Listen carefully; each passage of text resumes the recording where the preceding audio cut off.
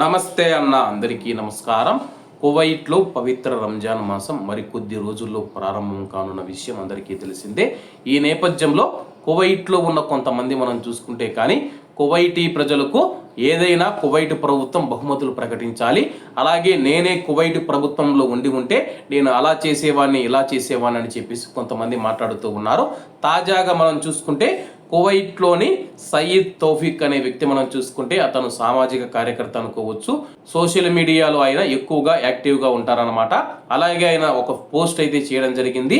నేను కానీ కువైట్లోని ప్రజలకు బాధ్యత వహిస్తే ప్రతి కువైట్ కుటుంబానికి రంజాన్ నెలలో ఉచితంగా ఒక గొర్రెను ఇవ్వాలని సూచిస్తాను.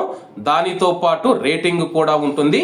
వారు దానిని లైవ్ స్టాక్ కంపెనీ నుంచి సంచులుగా కట్ చేసి స్వీకరిస్తారు. లైవ్ స్టాక్ కంపెనీకి అయ్యే ఖర్చును ప్రభుత్వం భరిస్తుందని చెప్పేసి, నేను అధికారంలో ఉంటే రంజాన్ సందర్భంగా ప్రతి కుటుంబానికి ఉచితంగా ఒక గొర్రెను ఇచ్చేవాడిని చెప్పేసి, అలాగే ఒక గొర్రె మాంసం ఏదైతే ఉందో రేషన్ బియ్యం ఇచ్చేటప్పుడు రేషన్ బియ్యంతో కలిపి అదనంగా ప్రతి ఇంటికి ఒక గొర్రెను కట్ చేసి అలాగే వాళ్ళకు ఇచ్చేవాడిని చెప్పేసి తెలపడం జరిగింది. ప్రస్తుతం ఈ యొక్క మాటలు కువైట్లో సంచలనంగా మారాయన్నమాట. కువైట్ దేశం తన యొక్క ఆర్థిక బడ్జెట్లో మనం చూసుకుంటే కువైటీ ప్రజల జీతాలకు సబ్సిడీలకు మనం చూసుకుంటే 76% అయితే ఖర్చు పెడుతూ ఉంది.